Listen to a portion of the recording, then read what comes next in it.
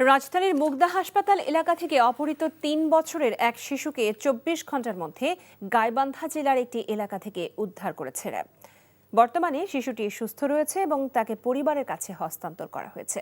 দুপুরে কারওয়ানবাজারের RAB media সেন্টারে এক ব্রিফিংয়ে র্যাব জানান, এ ঘটনায় মূল অভিযুক্ত রিকশাচালক মোহাম্মদ চান মিয়া ঘটনা ছাড়াও নানা অপকর্মের সাথে জড়িত। এটি কোনো তাৎক্ষণিক ঘটনা নয়, এর পেছনে আরও এক ব্যক্তি বা একটি সংঘবদ্ধ চক্র জড়িত থাকার আশঙ্কা রয়েছে বলে জানায় র্যাব। এর আগে ২৮ জানুয়ারি দুপুরে চিকিৎসা সেবা নিতে পরিবারসহ মুগদা হাসপাতালে অবস্থান করছিল শিশুটি। এক পর্যায়ে অল্প সময়ের জন্য পরিবারের দৃষ্টির বাইরে চলে গেলে সেই কৌশলে শিশুটিকে অপহরণ করে চান মিয়া।